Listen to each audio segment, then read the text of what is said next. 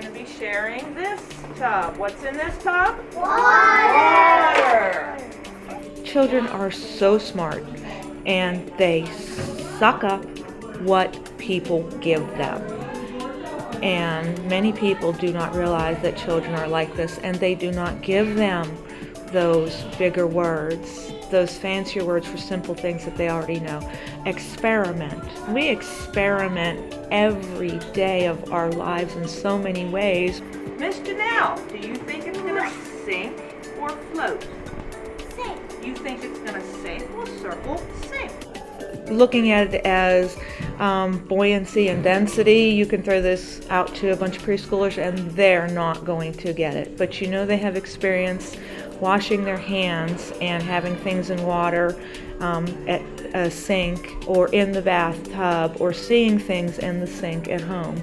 And they're noticing sink and float, but you're not putting it into the technical terms for them. And if you bring it as an activity that they get to experiment, you're going to get yourself a clear tub, put some water in it, make sure it's nothing big enough that they can fall into, take a header into. Get your rocks and plop them in the water and let's see what happens. Oh, it sinks with a big old plop, doesn't it? So, how many of you predicted the outcome correctly? Rock? I picked things that typically they come in contact with on a daily basis. I did the small Lego because Lego play is a big part of their playtime. And, you know, we don't typically think, let's throw it in water and see what happens. Now they have. Kids explore on their own. They have their own free thought process, and I'm sure there are things they wanted to know if it sank or float.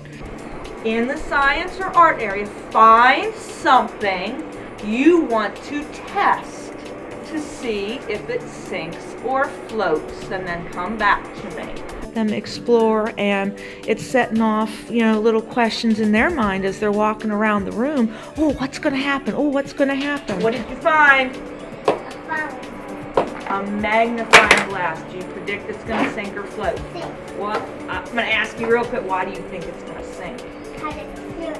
Because it feels heavy. Let's see if his prediction was accurate. What's the conclusion, Brock? Does it sink or float? Sink. It sinks. Your prediction was accurate. The frogs, it was kind of a trick one because it's a frog. They think of frogs, they think of water.